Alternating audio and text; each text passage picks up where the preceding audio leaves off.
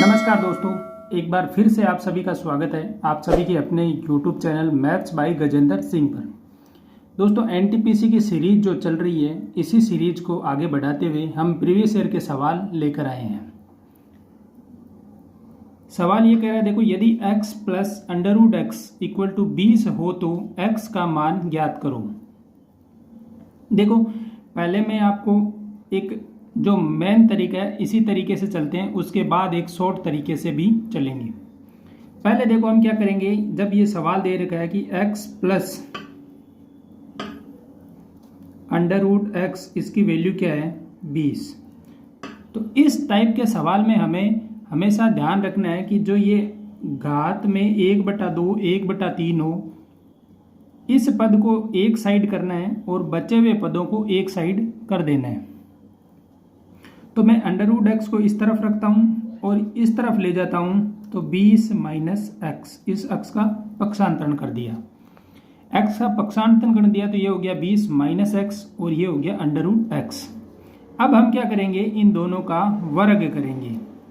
वर्ग करेंगे तो दोनों तरफ वर्ग करना पड़ेगा। तो यहाँ पे तो देखो रूट एक्स है और इस रूट एक्स का वर्ग करेंगे तो अंडर रूट एक्स और इसका क्या कर दिया वर्ग, इक्वल टू में क्या होगा, जो ये 20 माइनस एक्स है इसका भी वर्ग।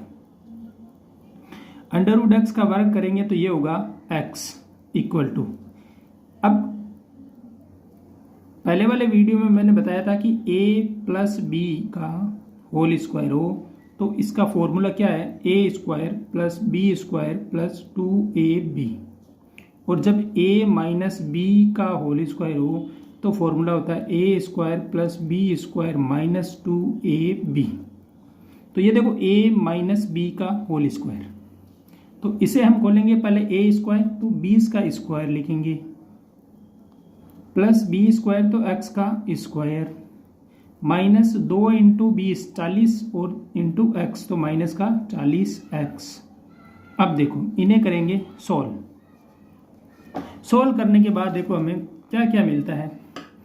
ये x as it is equal to 20 का स्क्वायर करेंगे तो ये होगा 400 plus x square minus 40x।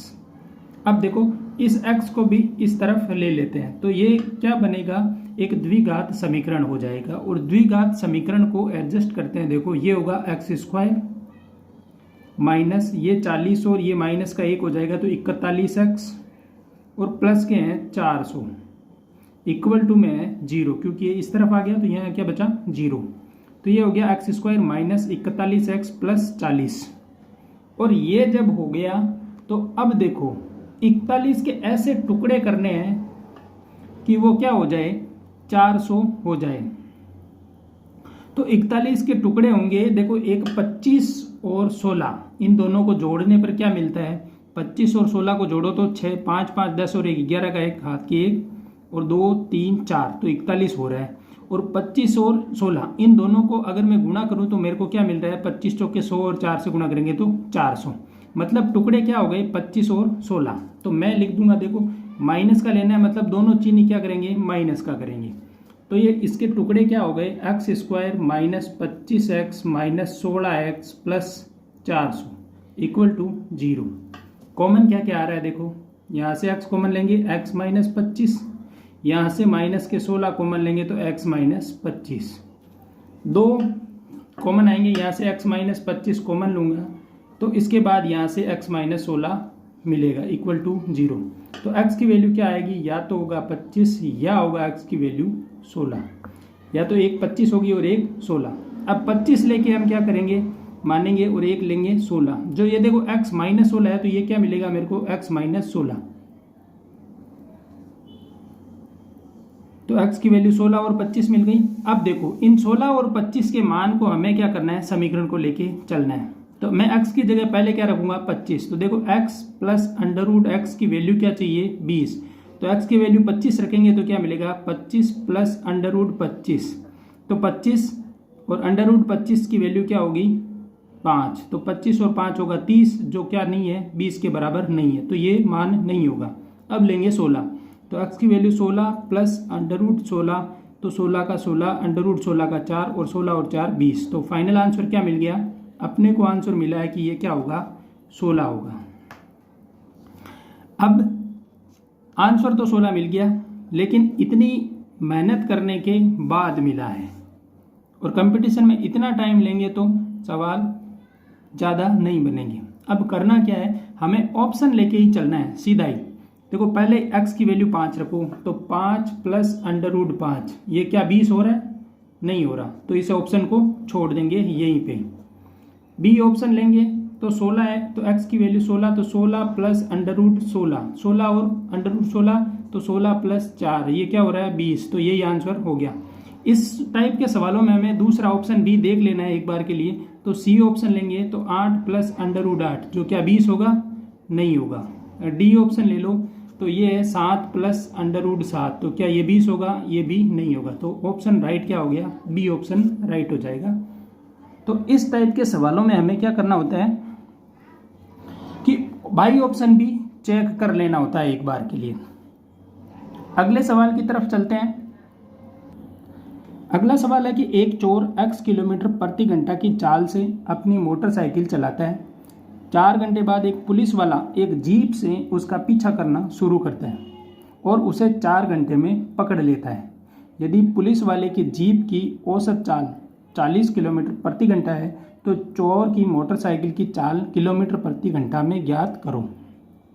देखो पहली चीज़ें क्या क्या है।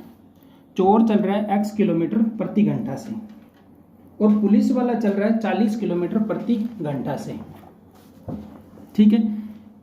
अब देखो ये 4 घंटे के बाद पुलिस वाला गया, तो चोर जब चलना स्टार्ट किया यहाँ से यहाँ तक पहुँच गया 4 घंटे में, तब पुलिस वाला यहाँ से स्टार्ट हुआ है। तो चोर फिर ये कह रहा है कि ये 4 घंटे में पुलिस वाला उसे पकड़ लेता है। मतलब पुलिस वाला यहाँ से चला, चोर तो आगे जाएगा यहाँ से, और पुलिस वाला यहाँ से यहाँ तक भी कितने में चला है? 4 घंटे में। इस सवाल में एक ही गलती हो सकती है। हम यहाँ क्या करते हैं कि 4 घंटे बाद पुलिस वाला चला और 4 घंटे में पकड़ लिया। हम मानते हैं पूरा कि कितना? पुलिस वाला 8 घंटे चला है, लेकिन पुलिस वाला 8 घंटे नहीं चला है, पुलिस वाला चला है 4 घंटे ही सिर्फ। तो यहाँ से मैं क्या करूँगा? दूरी निकालूंगा। दूरी क्या मिलेगी मेरे को? दूरी होती है चाल इंटू समय। अब देखो चाल क्या है पुलिस वाले की? 40 किलोमीटर प्रति घंटा, और समय कितना ले रहा है वो? 4 घंटा। मतलब वो पुलिस वाला 160 किलोमीटर चला है। 160 किलोमीटर तक पहुंचा, तब तक उसने चोर को पकड़ लिया। मतलब चोर भी 160 किलोमीटर ही चला है। तो चोर भी 160 किलोमीटर चला है। चोर कितने घंटे में पकड़ा गया? 4 घंटे आगे और लग रहे हैं इसको। तो चोर को कुल कितना? चोर तो भागा है 8 घंटे में और पुलिस वाला भागा है 4 घंटे में, तभी चोर को पकड़ पाएगा। तो अब समय क्या हो गया? समय तो चोर को पकड़ने के लिए समय तो लगा 8 घंटे, क्योंकि चोर 8 घंटे भागा है, और दूरी अपने पास आ गई कितनी? 160 किलोमीटर। तो चाल निकाल लेते हैं चोर की, कि चोर 160 किलोमीटर 8 घंटे में भागा है, तो उसकी चाल निकाल लेते हैं, दूरी बटा समय। तो 160 में 8 का भाग दो, तो ये आता है 20 किलोमीटर प्रति घंटा। मतलब चोर की स्पीड क्या हो गई? 20 किलोमीटर प्रति घंटा। चोर 20 किलोमीटर प्रति घंटा की स्पीड से जा रहा था, तो 8 घंटा चला, और पुलिस वाला पीछे से 40 किलोमीटर प्रति घंटा की स्पीड से गया, तो उसे 4 घंटे में पकड़ लिया। अगला सवाल देखते हैं। देखो अगला सवाल ये कह रहा है कि ए बी सी एक काम को करते हैं। उन्होंने एक काम पूरा करने के लिए कार्यरत हैं, और उन्होंने 784 रुपये में वो काम ले लिया था। 784 रुपये में उन्होंने ये काम ले लिया था। अब ए और बी एक साथ काम करते हैं और उसका 23/28 भाग पूरा करते हैं। मतलब जो एक पूरा काम लिया था, माना कि वो 28 काम थे, 28 काम में से ए और बी मिलकर एक साथ काम करते हैं, और उन्होंने क्या कर लिया? 23 काम पूरे कर लिए। ए और बी ने तो 23 काम कर दिया, बचा हुआ काम कौन करेगा? सी करेगा। तो कुल काम माना कि 28 था, तो ए और बी ने क्या किया? 23/28 काम कर लिया। तो सी के हिस्से में काम कितना आया? सी के हिस्से में आया 1 माइनस 23/28 और ये मान आया 1/28, 5/28। क्यों? 23/28 हो चुका है तो 28 काम में से उनके पास कितना बचेगा? 5/28। कुल काम 1 मान लो या 28 मानते हो, कुल काम 28 मानते हो तो सी के हिस्से में 5 काम आता है। तो सी का काम आ गया 5/28 1 मानने पर। अब सी का काम 5/28 आ गया है तो टोटल वैल्यू कितनी है? 784। तो सी को मिलेगा भी कितना हिस्सा? 5/28 ही हिस्सा मिलेगा। तो 784 को 5/28 से क्या कर देंगे? गुणा कर देंगे। क्यों? जिसने जितना काम किया उसे उतना ही क्या मिलेगा? पैसा मिलेगा। तो ए और बी ने 23/28 काम कर दिया तो सी ने काम किया 5/28, तो 784 का 5/28 निकाल लेते हैं। देखो 28 का वर्ग होता है 784, तो ये 28 बार कटेगा। 28 को 5 से गुणा कर दो तो 28 × 5 जो होगा 140 रुपये। मतलब सी को कितने मिलेंगे? 140 रुपये मिलेंगे। और बचा हुआ पेमेंट किन को मिल जाएगा? ए और बी दोनों को मिल जाएगा। अगर इन्होंने ए और बी का अलग अलग काम दिया हुआ होता तो हम वहाँ से ए और बी की वैल्यू भी निकाल लेते कि उन्हें कितने कितने रुपए मिलेंगे। लेकिन अभी अगर कहे कि ए और बी तो दोनों का साथ ही हम बता सकते हैं, अलग अलग नहीं बता सकते।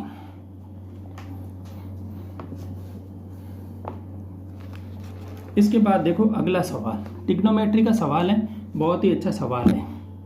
देखो क्या कह रहा है, ए प्लस बी की वैल्यू क्या दे रखी है? 90 डिग्री, और कोस बी की वैल्यू 1/3 है, और उसने कहा है कि साइन ए का मान ज्ञात करो। लगाओ, देखो ट्रिग्नोमेट्री अगर आपके माइंड दौड़ रहा है तो लगाओ और कमेंट में बताओ कि इसका सही आंसर क्या होगा।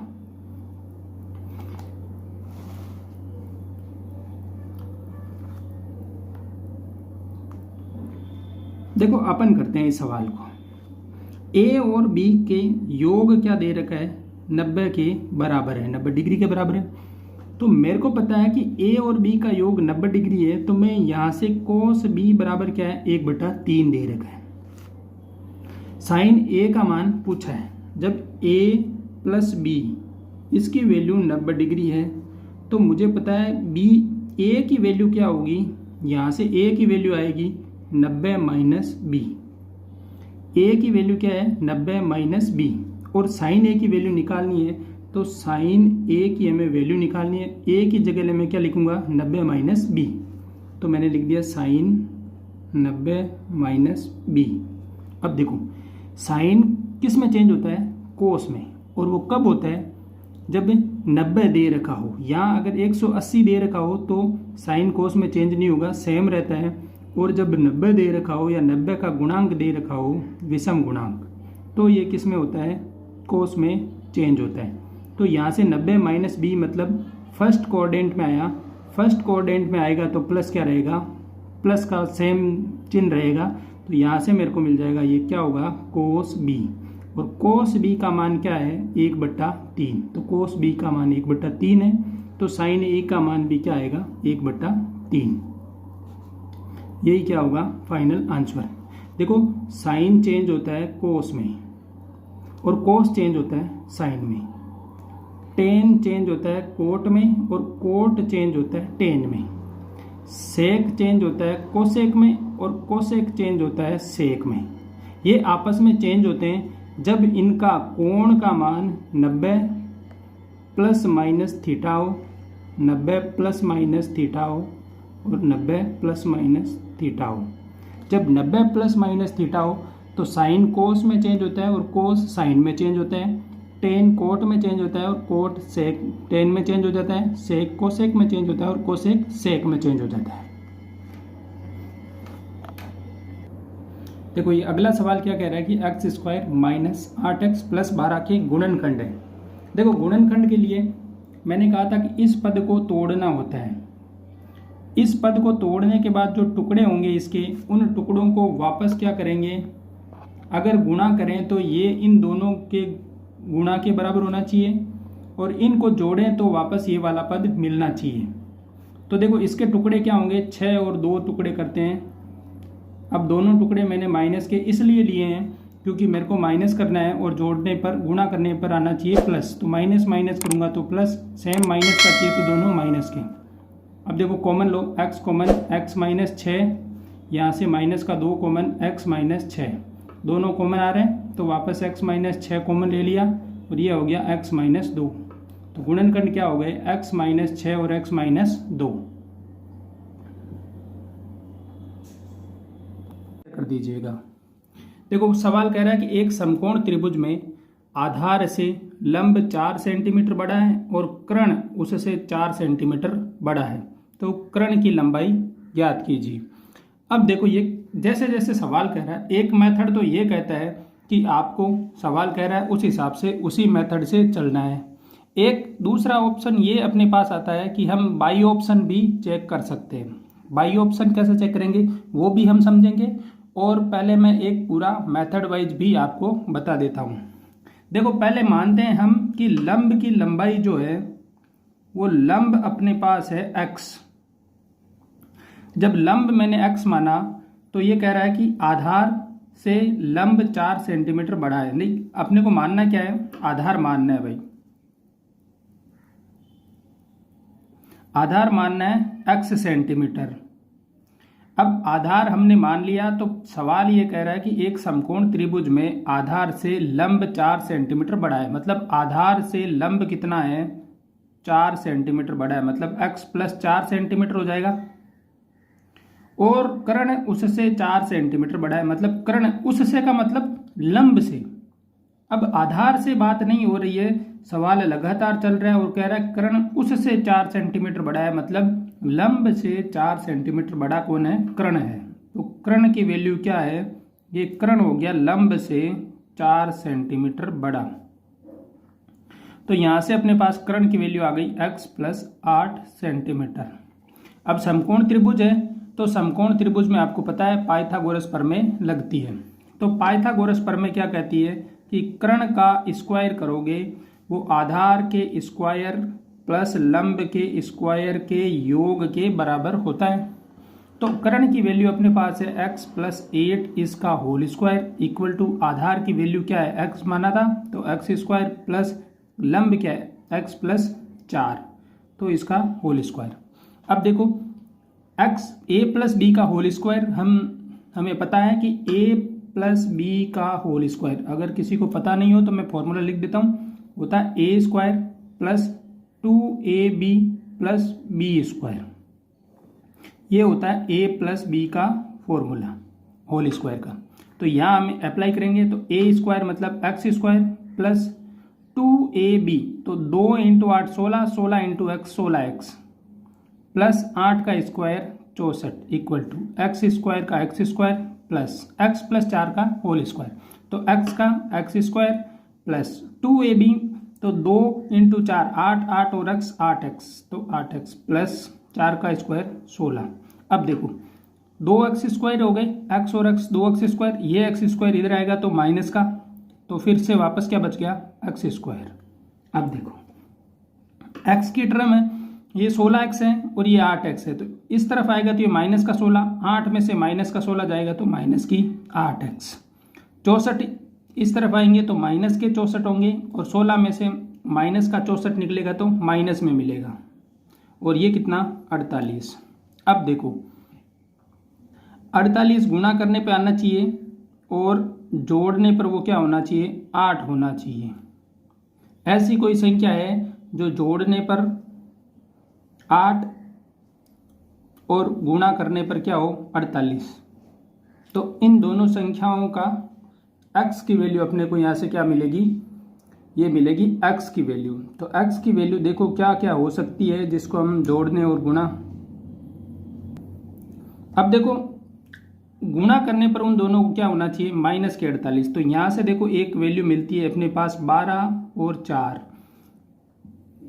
12 चौके 48 होता है, तो 12 को 4 से गुणा अपने पर 48। अब माइनस के 8 चाहिए तो बड़ा लेंगे माइनस का, छोटा लेंगे प्लस का, तो ये वैल्यू आ गई x square minus 12x plus 4x minus 48। अब देखो माइनस के 12 और प्लस के 4 दोनों को जोड़ेंगे तो क्या होगा, माइनस का 8x। इन दोनों का गुणा करेंगे तो माइनस के 48, मतलब ये वाला सेट हो गया। अब क्या करना है, कॉमन लेंगे, यहाँ से कॉमन लिया तो ये x माइनस 12, क्योंकि यहाँ से x और ये 12, प्लस का 4 कॉमन ले लेंगे तो यहाँ से x और ये 12 बार गया, तो यहाँ से मेरे को गुणनखंड क्या मिल गए, x माइनस 12 और x प्लस 4। तो यहाँ से x की वैल्यू एक तो आ गई 12, एक आ गई -4। अब x की वैल्यू आई है तो माइनस में तो होगी नहीं, तो प्लस की वैल्यू हम लेंगे। क्यों? क्योंकि ये क्या है, त्रिभुज है और इसकी भुजा की लंबाई है जो माइनस में नहीं मिलेगी।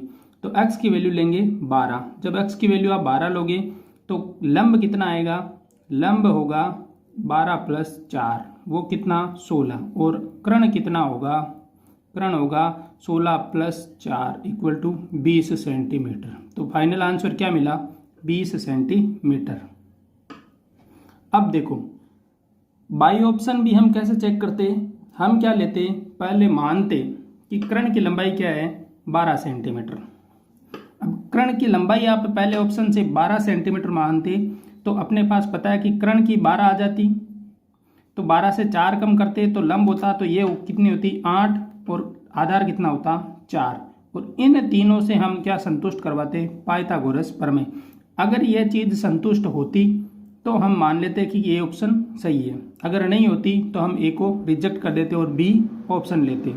बी ऑप्शन लेने के बाद हम फिर से वही, ये जब 10 लेते कर्ण की वैल्यू बी ऑप्शन से तो ये 4 कम होती, तो ये 6 होती, और इससे 4 कम ये 2 होती, तो 2 6 10 होती।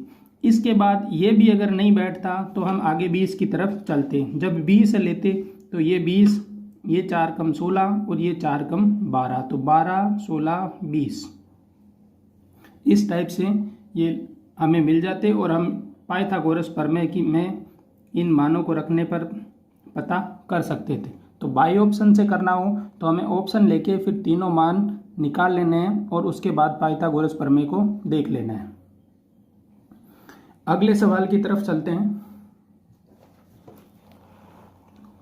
देखो अगला सवाल कह रहा है कि 4 अंकों की सबसे बड़ी संख्या ज्ञात करो जिसको 8 12 16 से विभाजित किया जाए तो 2 शेषफल बचता हो। इस टाइप के सवाल में हमें पहले तो पता होना चाहिए कि 4 अंकों की सबसे बड़ी संख्या क्या होती है। 4 अंकों की सबसे बड़ी संख्या अगर आपको निकालनी है तो वह होती है 9999, मतलब चारों अंक की 9999 हो। अगर पूछ ले कि 4 अंकों की संख्याएं कितनी हैं तो इसमें से 3 अंकों की संख्याएं घटानी होती है। तो 3 अंकों की संख्याएं कितनी हैं 9999, और ये घटाने के बाद हमें मिलती है 4 अंकों की संख्याएं 9000 है। 4 अंकों की कुल संख्याएं 9000 है। अब देखो इसको एक और तरीके से भी आप याद रख सकते हो। मैं कहता हूं 2 अंकों की कुल संख्याएं कितनी है, तो मुझे पता है 2 तो क्या होंगे, अंक होंगे कुल संख्याओं में। तो मुझे याद रखना है जितने अंकों की पूछी है उतने ही अंक होंगे। पहला अंक 9 लिख देना है, उसके बाद बचे हुए 0 लगा देने हैं। कैसे, 4 अंकों की पूछी तो 9 लिख दिया, फिर 4 अंक बनाने थे तो मैंने 3 0 लगा दिया, मतलब 9000 हो गई। 2 अंकों की पूछी तो मैंने 1 9 लिख दिया, उसके बाद 2 अंक पूरे करने थे तो मैंने 1 0 लगा दिया। तो 4 अंकों के लिए 2 अंकों के लिए हमेशा याद रखना है जितने अंक होंगे, जिस अंक का पूछा है उतने ही अंक होंगे, और पहले 9 लिख देना है, उसके बाद बचे हुए अंकों को 0 से भर देना है, तो वो संख्याएं मिल जाएगी। सीधा याद रखने का तरीका है। अब अपने सवाल पे आते हैं। 4 अंकों की बड़ी से बड़ी संख्या ज्ञात करो जिसको 8 12 और 16 से विभाजित किया जाए तो 2 शेषफल बचे। पहले देखो, अब पहले तो हमें इसका क्या लेना होगा, एलसीएम। इस टाइप के सवाल में पहले जो दे रखा है उसका लेंगे एलसीएम। तो 8 12 और 16 इनका लेना है एलसीएम। तो 2 से भाग जा रहा है 4 बार, ये 6 बार और ये 8 बार। आगे देखो 2 से जा रहा है तो ये 2 बार, ये 3 बार और ये 4 बार। फिर से 2 से भाग जा रहा है 1 बार, 3 और 2 बार। अब देखो 3 और 2 सिंगल है तो हम इन्हें सीधा ही गुणा कर लेते हैं। 2 दूनी 4, 4 दूनी 8, 8 दूनी 16 और 16 तिया 48, मतलब एलसीएम आ गया 48। अब जब एलसीएम 48 आ गया है और 4 अंकों की सबसे बड़ी संख्या क्या है 9999, इसमें क्या करना है, हमें 48 से भाग देना है। तो 48 का भाग इसमें देंगे 9999 में। तो यहां से देखेंगे कि देखो ये क्या है 90 के 50 के पास है और 50 का 2 गुना इससे 2 कम है तो भाग एक बार ही जाएगा, क्योंकि 50 का 2 गुना करेंगे तो 100 में से 2 कम 4 कम होंगे 96, मतलब भाग 2 बार चला जाएगा। फिर से बचा 3 लिया 9, भाग गया नहीं, फिर से 9 उतारेंगे तो 0। अब देखो कितनी बार भाग जाएगा, हम देखेंगे कि ये समथिंग 400 के आसपास है। 50 का भाग 400 में 8 बार के समथिंग जाएगा।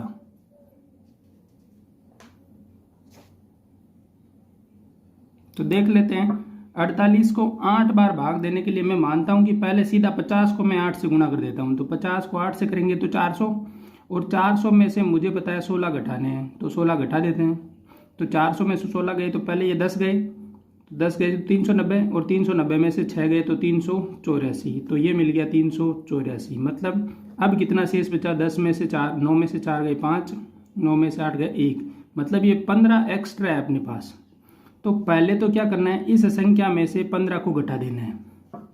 9999 जो ऐसी संख्या होगी, इसमें से 15 घटाने के बाद 9 में से 5 गया 4, 9 में से 1 गया 8, 9 और 9, ये संख्या है जिसमें इन सब का भाग क्या जा रहा है, पूरा पूरा जा रहा है। अब ये कह रहा है कि भाग पूरा पूरा जाने के बाद शेषफल क्या रहना चाहिए, 2। तो 2 शेषफल कब रहेगा, इसमें तो भाग पूरा जा रहा है तो इसमें हम क्या करेंगे, 2 जोड़ देंगे, और 2 जोड़ देंगे तो बची हुई संख्या जो आएगा ये परिणाम, इसमें 2 शेषफल बचेगा। क्यों, भाग तो इतने संख्या में ही जाएगा। फिर यहाँ पे जो हमने कहा था कि ये घटाने के बाद इस संख्या में जा रहा है भाग, तो ये जो शेषफल बचा है यही अपने को क्या रखना है, 2 रखना है। तो ये वापस क्या करेंगे, हम 2 इसमें जोड़ देंगे तो फाइनल आंसर मिलेगा 9986। इस टाइप के सवाल भी बनने को आ रहे हैं। एलसीएम एचसीएफ में मैंने 2 टाइप के सवाल लिए हैं अभी तक। एक तो एलसीएम एचसीएफ का 2 संख्याओं का गुणनफल वाला, एक अनुपात वाला, और तीसरा टाइप आ रहा है ये अंकों वाला, जिसमें ये 4 अंकों की, 3 अंकों की, 5 अंकों की संख्याएं पूछ सकता है, और उसमें ये अलग से संख्या देगा कि इनका भाग जाता हो तो शेषफल क्या बचता है। तो बड़ी से बड़ी संख्या की बात आती है तो हमें एलसीएम लेना है, और छोटी संख्या का आता है तो एचसीएफ निकालना होता है। नेक्स्ट सवाल अनुपात समानुपात का है, और ये कह रहा है कि यदि 22, x, 88 एक क्रमागत अनुपात में है तो x का मान ज्ञात करो। क्रमागत अनुपात का मतलब होता है कि ये जो x है बीच वाला ये 2 बार है, मतलब ये है 22x, x और 88, ये सब चीजें क्या है, क्रमागत में हो गई। तो यहाँ से हम क्या कहते हैं कि हम समानुपात की वैल्यू होती है तो इन बीच वाले 2 का गुणा बाहर वाले 2 के गुणा के बराबर होता है।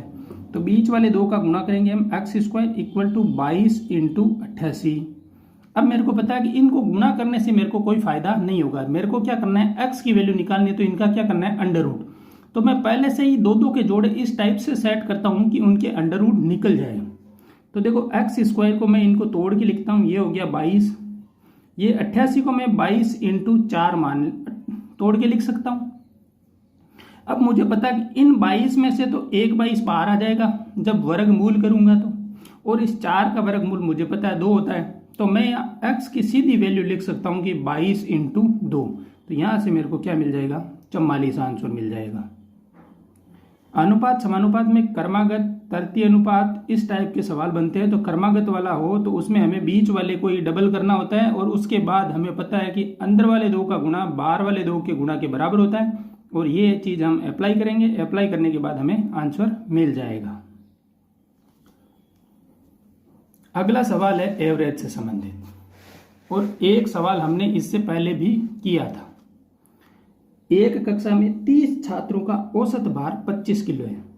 यदि कक्षा अध्यापक का भार भी शामिल कर दिया जाए तो औसत भार 2 किलो बढ़ जाता है। तो कक्षा अध्यापक का भार कितने किलो है। अब देखो, मैंने आपको उस टाइम भी बताया था कि हमें क्या करना होता है, एक तो पहले लेना है कि जो औसत भार है वही औसत भार हम अध्यापक का मानते हैं। हमने कहा कि अध्यापक का भी औसत भार कितना होगा, 25 होगा, लेकिन ये कह रहा है कि 25 नहीं, सबके 2-2 किलो और बढ़ रहे हैं। तो पहले मैं चल रहा हूं लॉन्ग मेथड से, आपको समझा देता हूं। पहले हम क्या करेंगे, हम कहेंगे कि कुल छात्रों का भार, कुल छात्रों का भार। कुल छात्रों का भार क्या होगा, 30 छात्र है और औसत है 25 का, तो कुल हो गया 750 kg। अब नया औसत क्या हो गया, नया औसत है 2 बढ़ रहा है तो 25 प्लस 2, नया औसत हो गया 27 kg।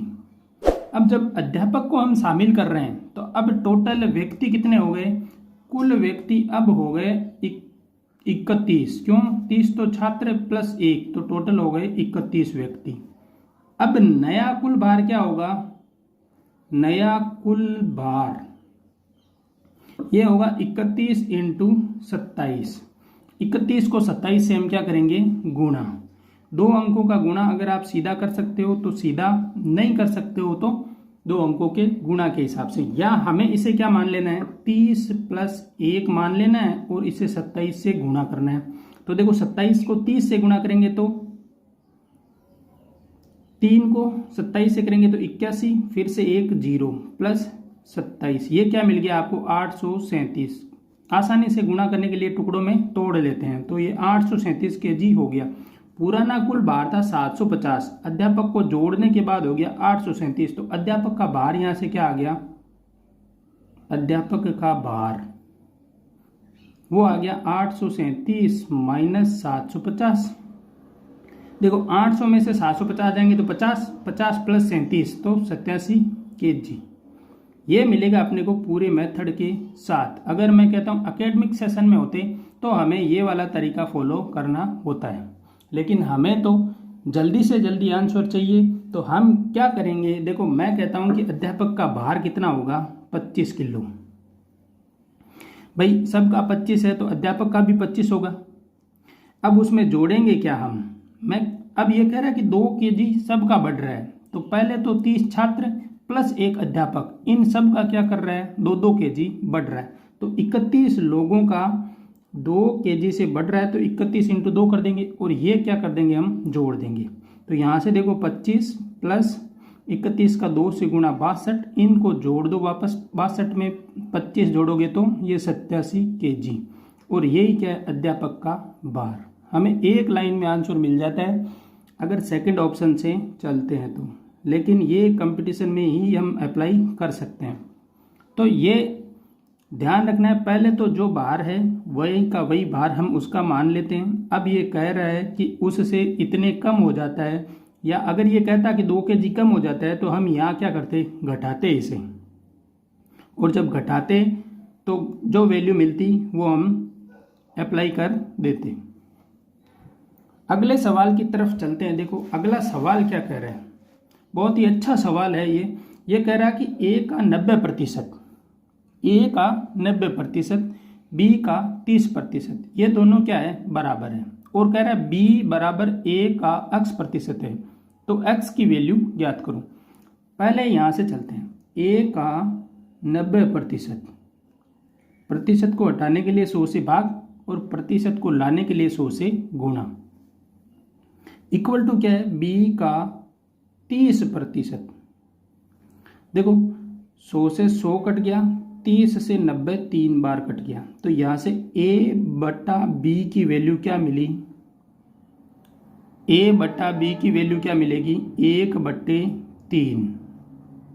क्यों, A यहाँ है, B यहाँ नीचे आएगा, 1 इधर बचेगा और 3 यहाँ नीचे आएगा, तो ये हो गई A की वैल्यू, A बटा B का अनुपात आ गया 1/3। अब मुझे B की वैल्यू ही निकालनी है, तो मैं कहूँगा B किसके इक्वल टू होगा, 3A के इक्वल टू होगा। अब B जब 3A के इक्वल टू है और मुझे कह रहा है B A का x% है, मतलब ये कह रहा है B A का x% है, मतलब मुझे ये फॉर्मेट चाहिए, लेकिन मेरे पास तो आ रहा है B इक्वल टू 3A, लेकिन B इक्वल टू मैं इसे लिख सकता हूँ A इंटू 3। अब मुझे पता है कि इसको प्रतिशत से हटा के, प्रतिशत हमने इसका चेंज कर दिया है और हम ले आए हैं इस फॉर्मेट में, ये फॉर्मेट हमें चाहिए। तो मुझे पता है कि मेरे पास यहाँ A भी आ गया है, x की वैल्यू भी समथिंग ये आ गई है, लेकिन नीचे 100 और चाहिए, तो इसको मैं क्या कर सकता हूँ, 100 से गुणा और 100 से भाग दे सकता हूँ, क्योंकि 100 से गुणा 100 से भाग फिर से काटेंगे तो वही a बराबर 3 होगा। तो ये चीज़ हमें क्या मिली, यहाँ से हमें ये चीज़ मिली है कि b equal to a into 3 into 100 300 बटा 100। तो ये वाला मान आ गया। तो a b का कितना प्रतिशत अधिक है, तो x की वैल्यू क्या आ गई 300। x का मान क्या आ गया यहाँ से 300, क्योंकि इन दोनों को अप्लाई करते हैं तो b के इक्वल टू b आ गया, a का a 100 का 100, तो x की वैल्यू क्या आ गई 300। तो x की वैल्यू 300 प्राप्त हो गई, मतलब b a का 300% है। ठीक है, इस टाइप से आपको ध्यान में रखना है, इसको एक बार ओपन कर लेना है, या फिर आप यहाँ से ही प्रतिशत में बदलने के लिए 100 से गुणा करना होता है, तो इसको सीधा ही हम कह सकते हैं कि b इक्वल टू a का 300%। प्रतिशत को बदलेंगे, इसमें को प्रतिशत में बदलने के लिए 300 से गुणा कर देंगे और प्रतिशत का चिन्ह लगा देंगे। इसको फिर से अगर प्रतिशत हटाना हो तो 100 का भाग देते हैं, फिर से ही b इक्वल टू 3a मिल जाता है। याद रखना, प्रतिशत में बदलना हो तो 100 से गुणा और प्रतिशत हटाना हो तो 100 से भाग।